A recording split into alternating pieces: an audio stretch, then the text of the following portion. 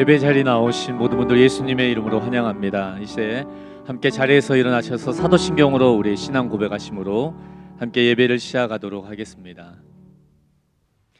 나는 전능하신 아버지 하나님 천지의 창조주를 믿습니다. 나는 그의 유일하신 아들 우리 주 예수 그리스도를 믿습니다. 그는 성령으로 잉태되어 동정녀 마리아에게서 나시고 본디오 빌라도에게 고난을 받아 십자가에 못 박혀 죽으시고 장사된 지 사흘 만에 죽은 자 가운데서 다시 살아나셨으며 하늘에 오르시어 전능하신 아버지 하나님 우편에 앉아 계시다가 거기로부터 살아있는 자와 죽은 자를 심판하러 오십니다. 나는 성령을 믿으며 거룩한 공교회와 성도의 교제와 죄를 용서받는 것과 몸의 부활과 영생을 믿습니다. 아멘. 이제 함께 주님을 찬양하며 나아가도록 하겠습니다. 주의 손 나를 드시네 영원한 피난처를 심네 깊어진 한숨 속에도 변함없이 우리를 일으키시네 주의 아버지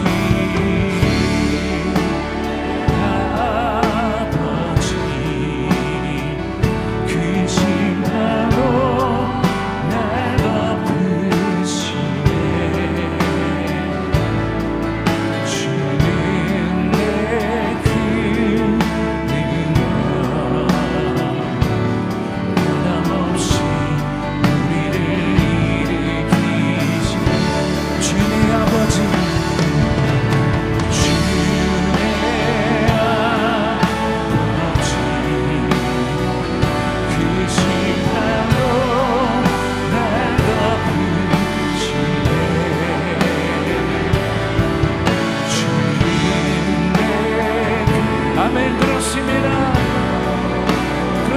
주님의 그 놀라운 사랑과 아버지 사랑이 그 자리 가운데 함께 하십니다. 우리 목소리 높여 같이 고백합시다. 주의 손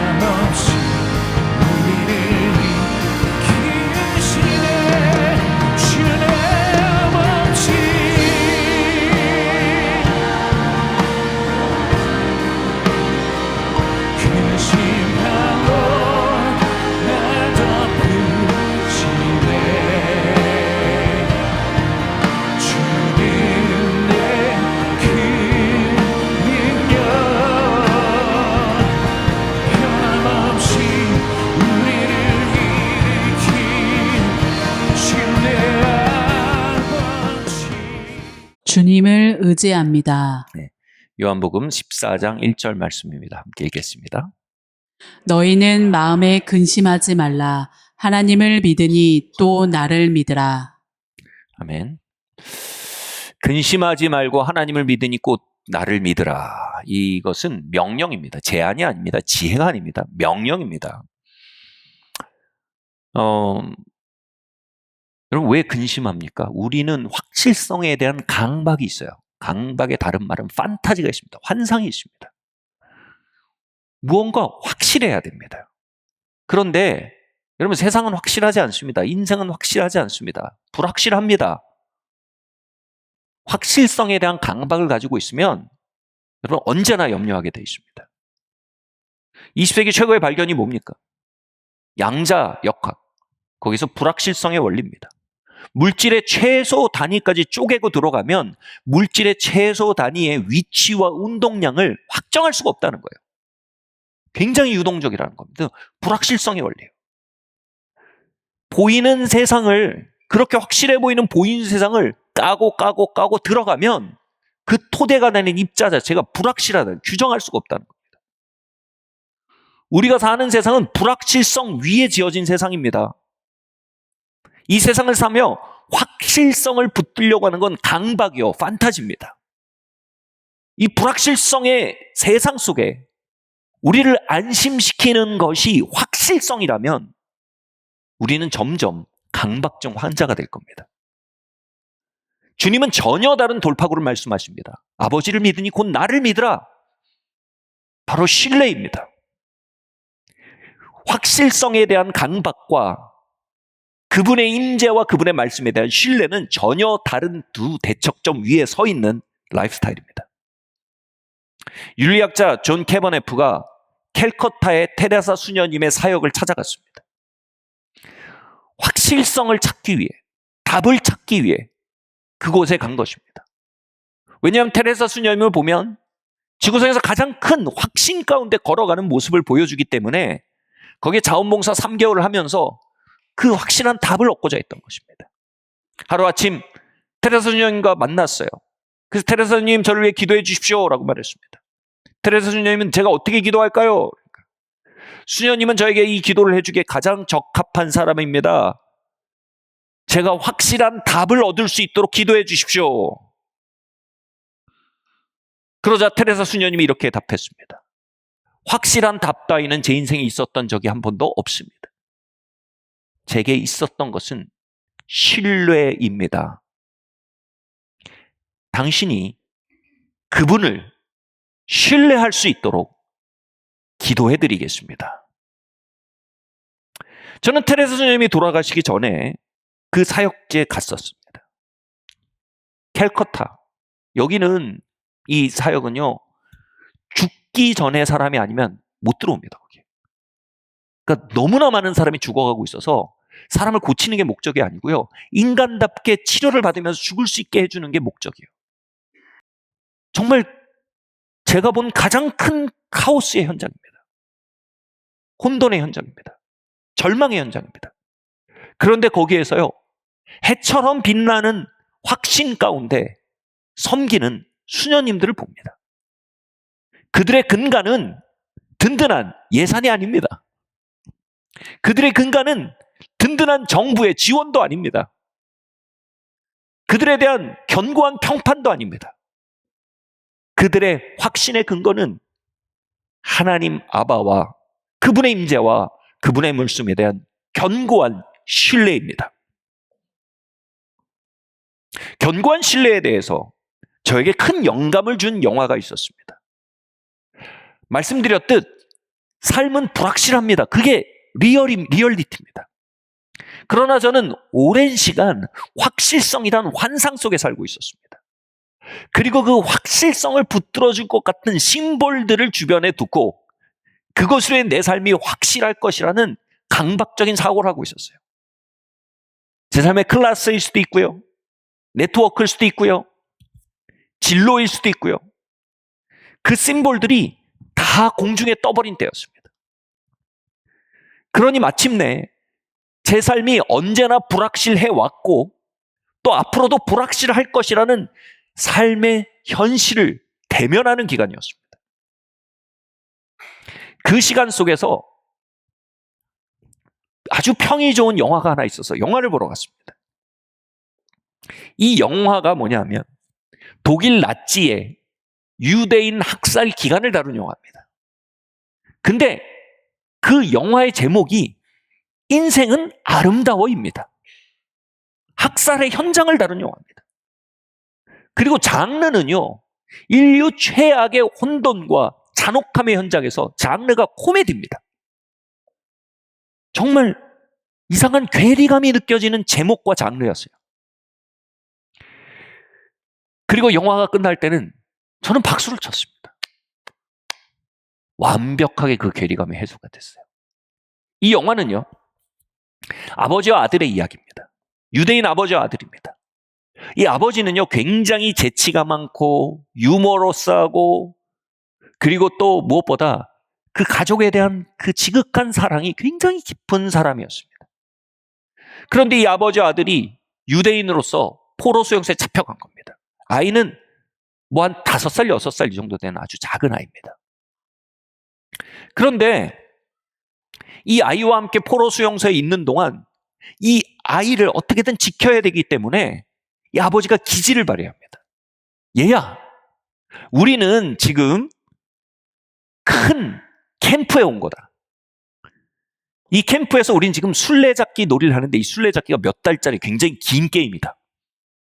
그리고 저기 군복 입고 돌아다니는 사람들은 술래다. 그리고 나는 너를 숨겨놓을 것인데 네가 몇 개월 동안 잘 숨으면 그때마다 저 군복 입은 술래들을 골려주는 것이고 그리고 마침내 이제 상을 받을 것이다. 그러니까 아들이 되게 흥분이 됐어요. 그래서 오, 술래잡기나 좋아한다고. 그러면서 그 상이 뭐냐고 물어봅니다. 아빠가 그럽니다. 큰 탱크를 상으로 준단다. 여러분 당시 탱크면요 요즘 우주선 같은 거예요. 아이가 너무 흥분됐어요. 오, 그러면 해볼 만하다는 거예요. 그래서 내가 잘 숨어서 절대로 걸리지 않을 것이며 절대로 이 술래들을 골려줄 것이며 그리고 상으로 탱크를 받을 거라고 애가 흥분해 있습니다. 그래서 아빠는요 아이를 이불 더미 사이에 잘 숨겨놓고 이제 수용소니까 노동을 하러 가야 됩니다. 너 잘 숨어 있어야 돼. 그리고 노동을 하러 갑니다. 그리고 아이가 아주 천진난만하게 막 때로는 위험한 행동을 하기도 하면 아빠가 야, 너 그러면 죽어. 안 그럽니다. 야, 우리 술래들 골려줘야지. 상 받아야지. 아이가 막 웃으면서 그렇게 하겠다는 겁니다.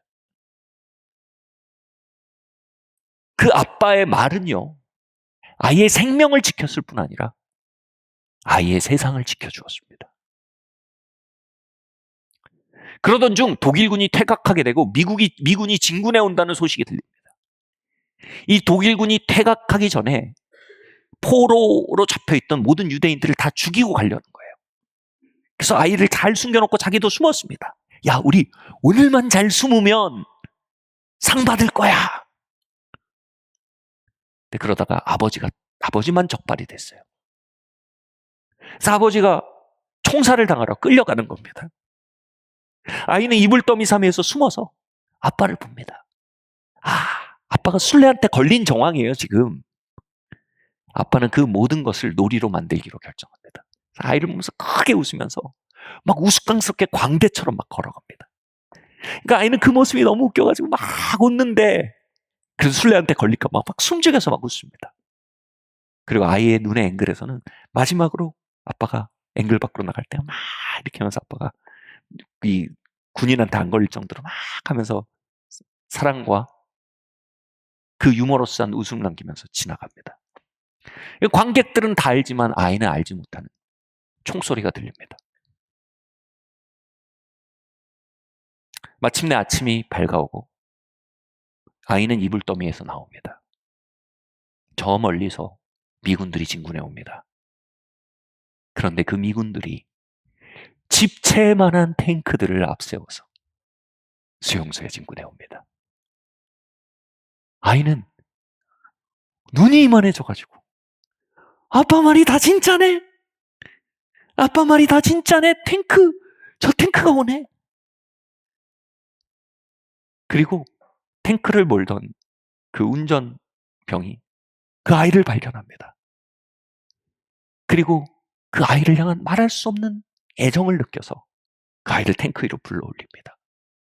그리고 자신이 앉았던 운전석에 아이를 앉혀놓고요. 그리고 자신이 썼던 헬멧을 머리에 씌워줍니다.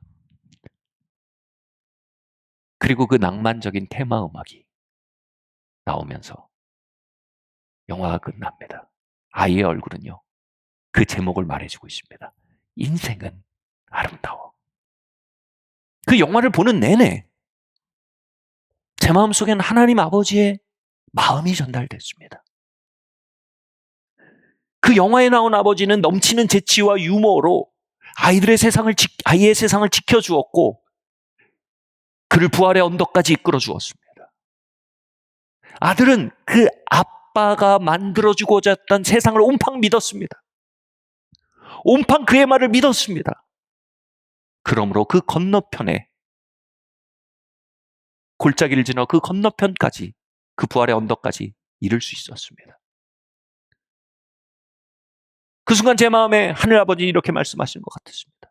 나는 온 우주를 지으는 능력과 그것을 운영하는 지혜를 가지고 너에게 말하고 있다. 너 나를 신뢰할 수 있겠니? 내 말들을 신뢰할 수 있겠니? 평안은 문제가 없기 때문에 느끼는 게 아닙니다. 평안은 그곳에 하나님의 임재가 있기 때문에 느끼는 겁니다. 아이는 수많은 문제 안에서도 아빠의 임재와 그의 말 안에 거함으로 아름다운 여정을 걸을 수 있었습니다.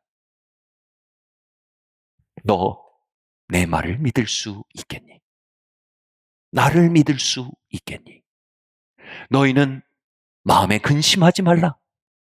하나님을 믿으니 또 나를 믿으라.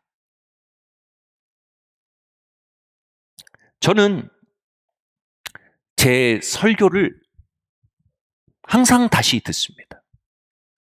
원래는 제 설교를 다시 듣는 게 굉장히 힘듭니다. 그래서 안 들었어요. 아니, 왜 저렇게 말할까? 저럴 때 좀 웃으면 좋잖아. 왜 갑자기 저렇게 소리를 버럭 지르냐?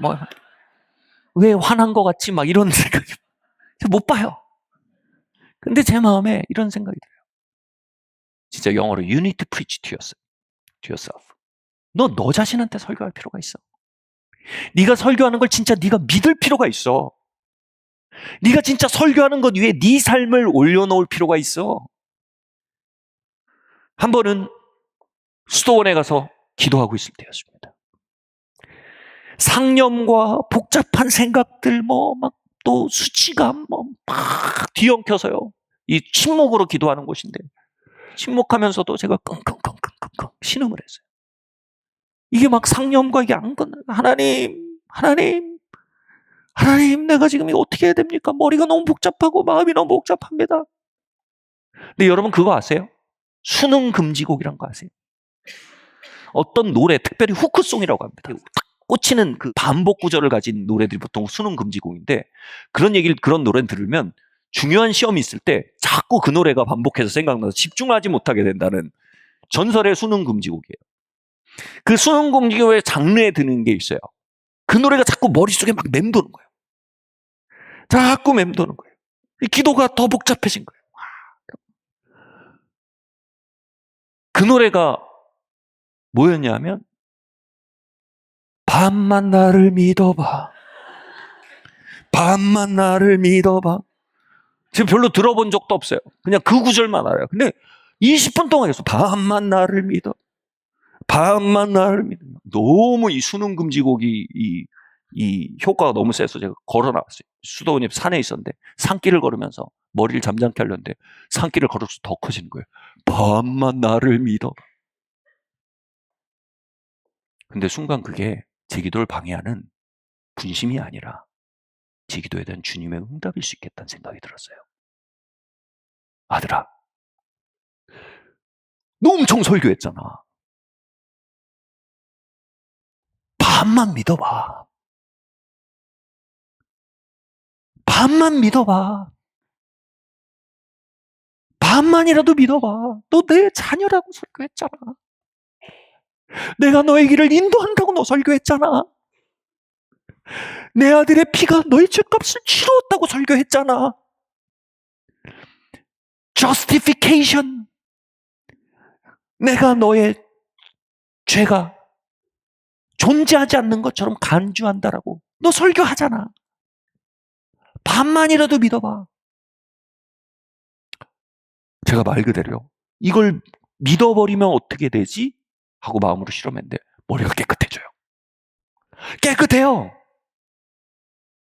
마음이 편안해요. 그리고 하나님이 너무 그 자리에 계세요. 집에 돌아오는데 한 2시간 가까이 운전을 해야 돼요. 차 속에서 이제 머릿속에 있던 그 수능 금지곡 그 계속되는 걸 제 입으로 밤만 나를 믿어봐 하면서 이 2시간 동안 왔어요.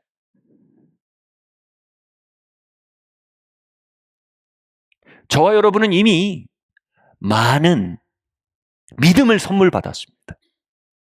많은 말씀을 선물 받았습니다.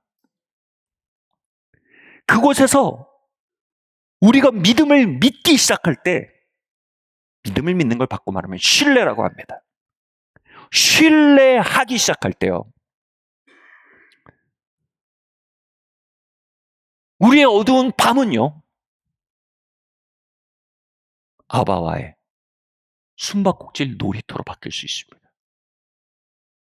참혹한 시간들은요, 약속된 부활의 영광으로 나아가는 길목일 수 있습니다.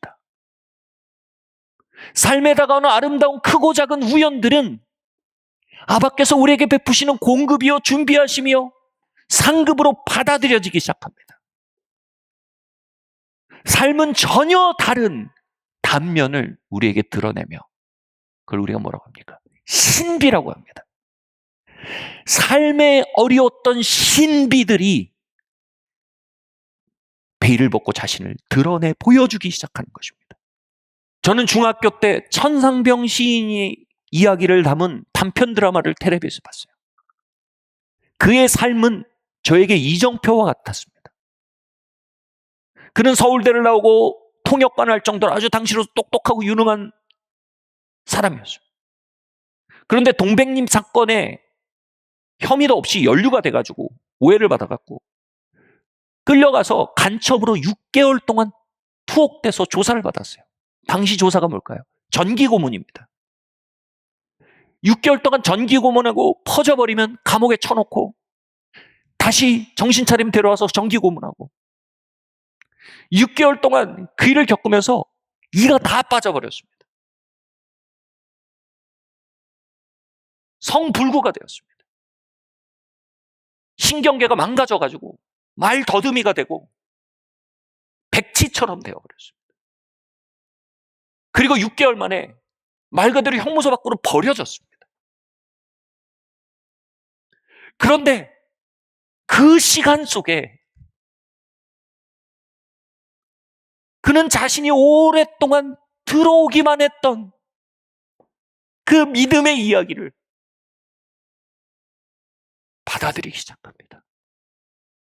그 안에서 자신의 삶을 살아가기 시작합니다. 너무나 신경계가 망가지고 여러 가지 고통이 진행되면서 그는 술로 하루의 고통을 달래며 살아야 할 정도였습니다. 그 술이 떡이 돼 있어서 불황자처럼 거리에 널브러져 있으면 끌려가서 정신병원에 투옥되는 게 푸지기수였습니다.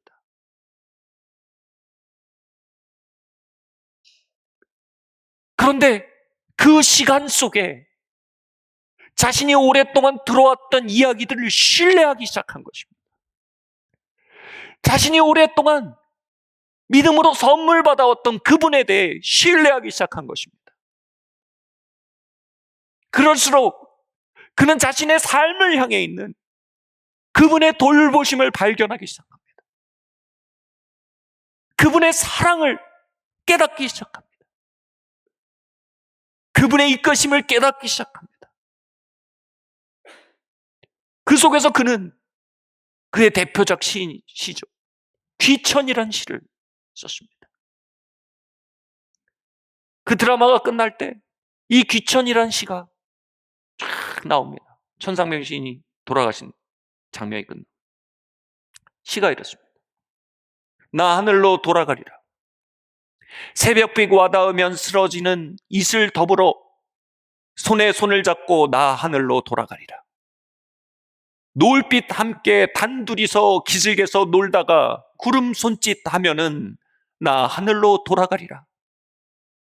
아름다운 이 세상 소풍 끝내는 날 가서 아름다웠더라고 말하리라.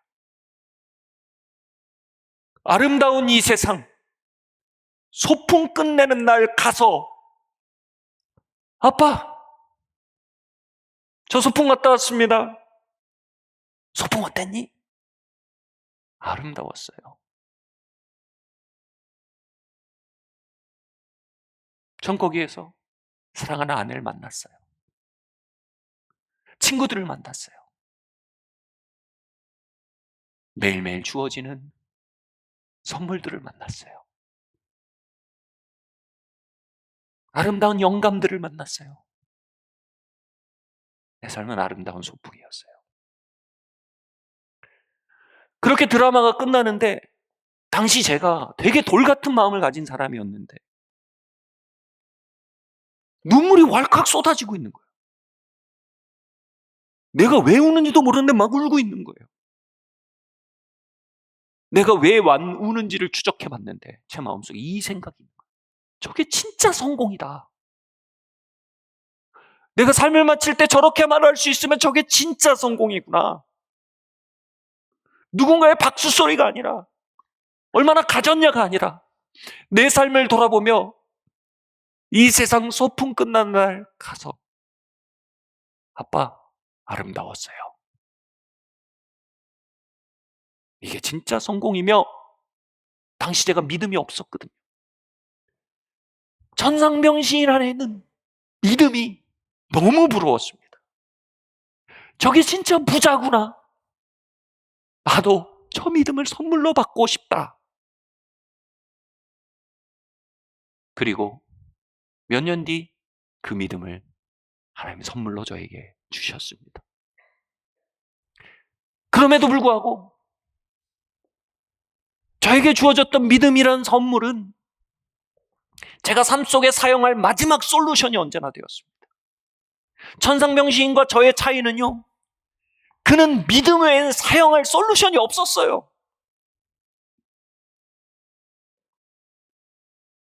그는 어린아이같이 그 모든 이야기를 받아들이거나 아니면 쓰러져 죽는 두 가지 선택밖에 없었습니다. 저에게 너무 많은 옵션이 있었어요. 너무 많은 솔루션이 있었어요. 그리고 그 옵션과 솔루션들이 다 동이 나가는 시간들을 통과하고 나서야 찬장 위에 올려나 먼지가 수북이 쌓인 그 믿음을 끌어내어 제 삶의 자리에서 신뢰하기 시작하는 법을 배웠던 것입니다. 반만 나를 믿어봐. 우리가 하는 설교는 예배 시간을 메우는 하나의 퍼포먼스가 아닙니다. 우리가 듣고 나누는 믿음의 이야기들은 우리의 종교 생활을 장식해주는 하나의 소품이 아닙니다. 그것은 어쩌면 포로 수용소 같은 밤에 우리를 지키기 위해 주신 아바의 약속과 임재입니다.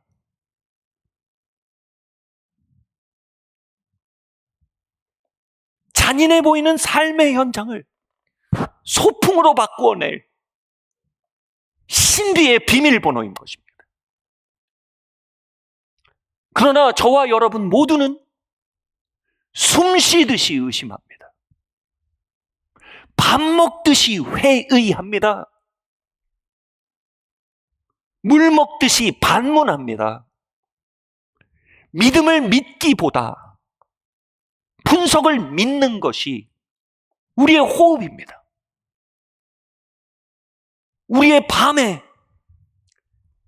그 믿음의 이야기를 붙들기에는 이것은 너무 단순하고 너무 동화 같고 너무 듬성듬성 짜여진 조악한 무엇으로 보입니다. 그래서 우리의 옵션이 다 동의나기 전까지는 그 위에 서지 않으려 합니다. 그것이 저와 여러분의 본성입니다.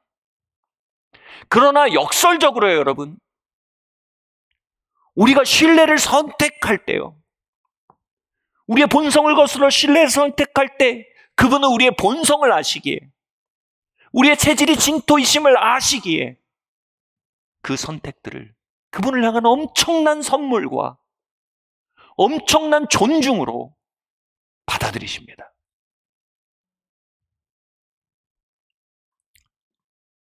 저는 월급 30만 원에 교회를 개척하는 전도사의 시절에 지금의 아내와 결혼을 했습니다.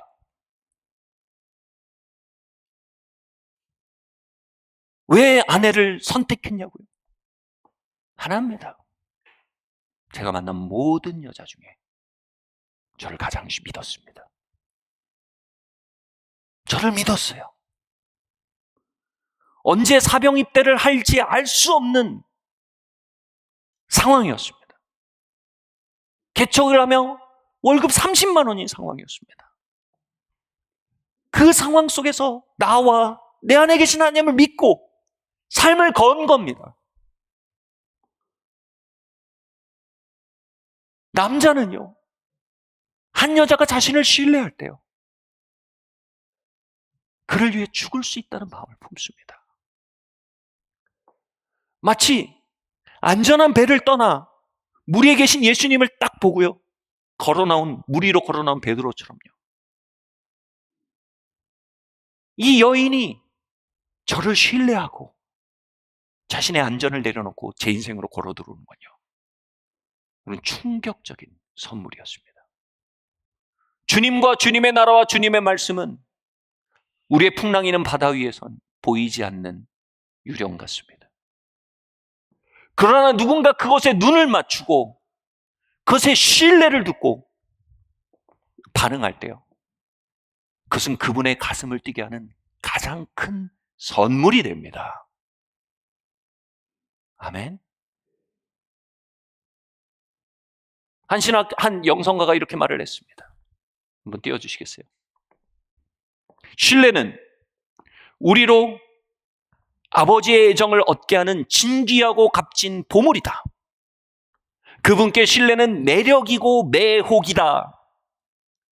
그분이 극진히 사랑하셔서 자비와 은총을 더하는 자녀들은 무수히 많지만 그 중에 정말로 자신을 그분에게 맡기고 그분의 자녀로서 살아가는 이는 적다.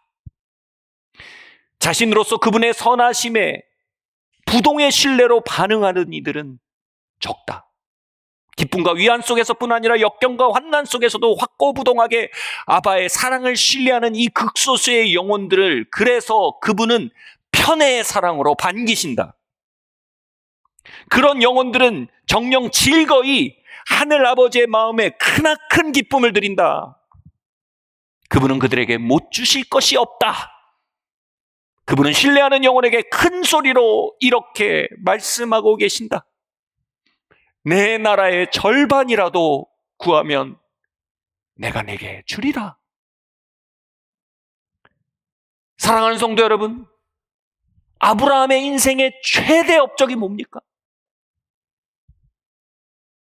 그가 집에서 길리운 사병으로 3개국 4개국 연합군을 물리친 일입니까? 혈혈단신으로 터키 지방에서 이민 와서 고대 근동 가나안 지방에서 큰 부를 이뤄낸 자수성가입니까? 당대 왕들과 동맹을 맺고 그들과 국가 수장으로서 대등한 지위를 얻은 그 일입니까? 하나님은 아브라함의 삶에 대해, 성경은 아브라함의 삶에 대해 한 가지 가장 큰 성취를 기록합니다. 아브라함이 하나님을 믿으니, 아브라함이 하나님을 믿으니 본토 친척 아비지를 빌지나 내가 내게 지시할 땅으로 가라. 내가 너를 복의 근원으로 만들리라. 본토 친척 아비지를 떠나는 불확실성 속에서도 복의 근원 삼으시겠다는 아바를 믿으니 그것은 기대 어린 산책이 되었으며 기대 어린 보물찾기가 된 것입니다. 그 생산 기능이 다 죽은 것을 알고도 열국의 아비가 되게 하겠다는 아바를 믿으니 그 과정은 소풍이요, 하나님과의 즐거운 동행일 수 있었던 것입니다.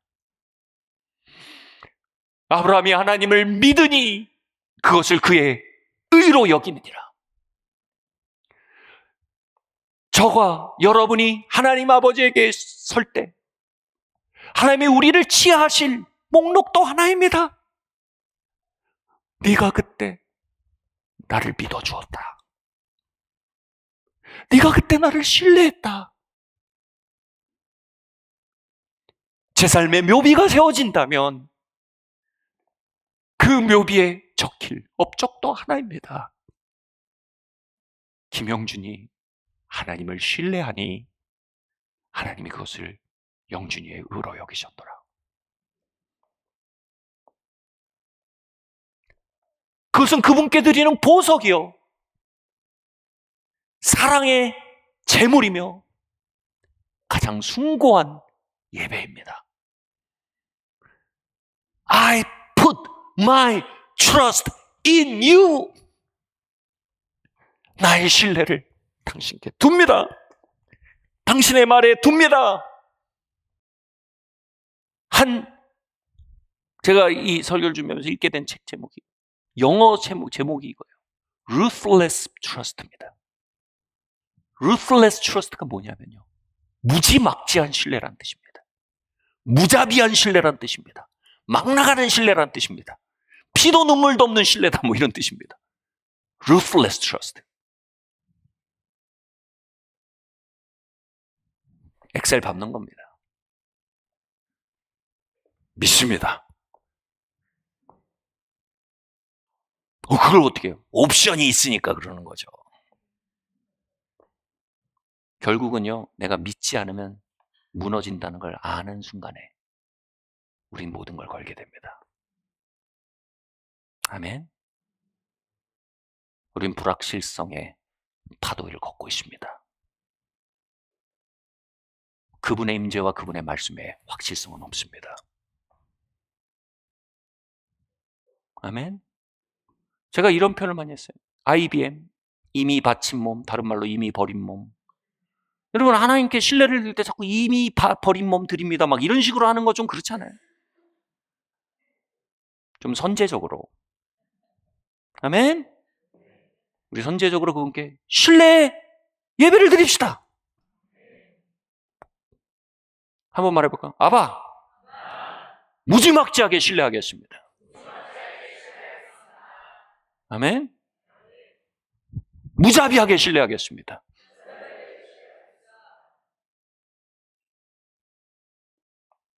마태복음 6장 34절 말씀 함께 읽겠습니다.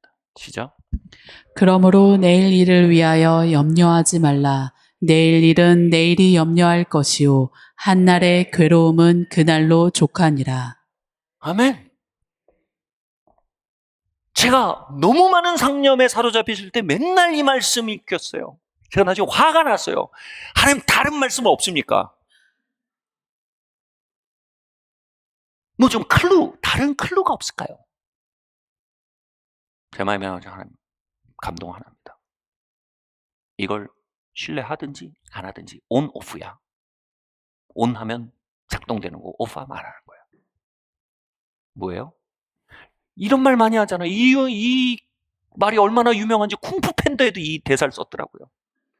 현실 프레젠트는 선물 프레젠트이다.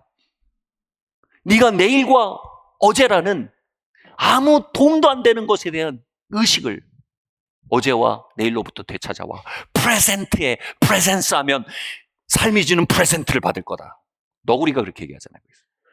레서 펜단가 기억나세요? 그거 원래 되게 유명한 얘기예요. 여러분, 프레젠트, 프레젠스, 프레젠트 다 어근이 같아요. 이곳에 지금 함께함이라는 어근에서 나온 거예요. 현재라는 말은요, 프레젠스, 이곳에 지금 함께하는 분과 연결될 수 있는 하나님의 선물이에요. 우리가 무지막지한 신뢰라는 것은요, 우리의 해석되지 않는 과거에 대해서 언젠가 알게 되겠지 하고 던지는 용맹스러움을 가져오게 합니다. 할렐루야. 아, 내가 왜 이렇게 고문을 받고 왜 그렇게까지 해서 이렇게 다 만신창이야. 천상병 시인이 거기서부터 치유받을 수 있는 건 뭐예요? 나의 아바가 돌보시니. 그 순간 그의 삶이 일어난 거예요. 그러면 과거에서 프레젠트로 들어온 거예요. 내가 이 몸으로 어떻게 내 인생을 살아가죠? 이 답이 얼마나 강력해요? 내일 일은 내일 염려해라가 아니라 헬라어로 보면 더 황당해요. 내일 일은 내일이 염려하게 해라. 얼마나 무책임한 말이에요. 내일이 주어예요. 이게 ruthless예요. 거의 무책임하게 들릴 정도예요. 그게 뭐예요? 아이예요, 아이. 내일에는 내일이 염려하라 그래 이거예요. 그럼 뭐예요? fully, 온전히 present, 현재 presence, 존재할 수 있게 되는 거예요. 그 순간 쿵푸팬더의 스승의 말처럼 우리는 인생이 주는 present, 선물을 그곳에서 만나게 됩니다. 여기서 우리는 뭐예요?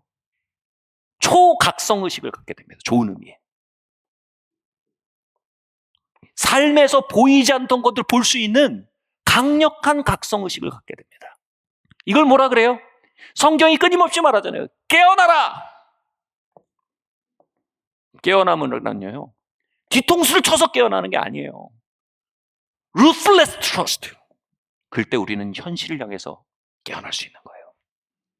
온전히 현실에 존재할 수 있는 거예요. 여러분 지금 이 자리에 앉아 있잖아요.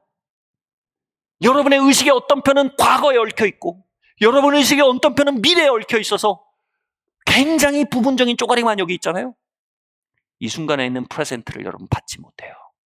그럴 때 우리는 우리의 프레젠트에 온전히 프레젠스 할 수 있는, 임재할 수 있는, 그리고 그 안에 있는 하나님의 선물들을 향해, 선하심을 향해 응답할 수 있는 하나님의 자녀들만 가지는 고유한 기능이 회복됩니다. 영성입니다, 여러분. 아멘. 우리를 웃게 하는 건 영성입니다, 여러분. 우리를 노래하게 하는 건 영성입니다, 여러분. 우리의 삶의 선물과 축복을 발견하고 행복하고 기뻐할 수 있게 하는 건 영성입니다, 여러분. 아멘. 여러분 무지막지하게 신뢰 해봅시다. 제가 공부할 때 그런 얘기가 나와요. 기초적인 신뢰를 형성하기 어려운 유아기를 보낸 사람들이 있다. 그들이 하나님과 친밀해지는데 어려움을 겪을까요? 유익할까요? 둘 다예요. 요점은 이거예요. 기초적인 신뢰를 형성하지 못한 기회를 형성할 기회가 없었던 이들, 그들은요, 바꿔 말해서요, 붙잡을 게 없어요. 그죠? 하나님께 던져버립니다. 하나님께 자신을 던져버립니다. 나는 신뢰를 배우지 못했어요.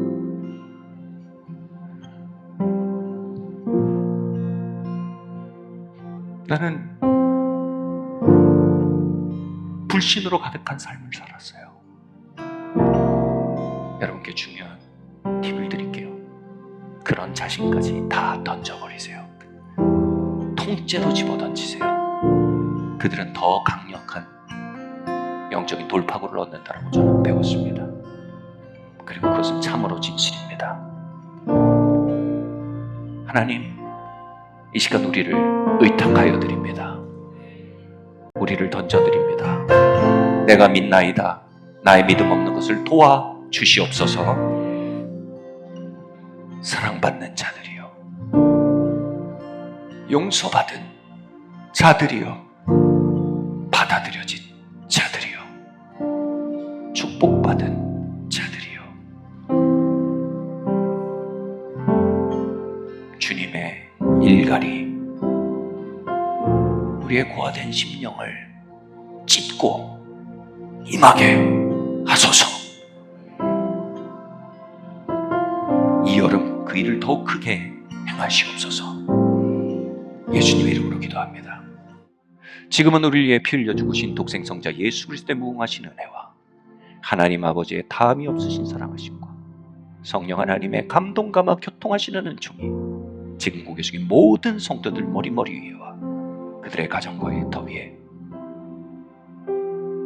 인생은 아름다웠노라 말하게 될 그들의 삶의 이야기 안에 지금부터 영원토록 함께 있을 할지어다.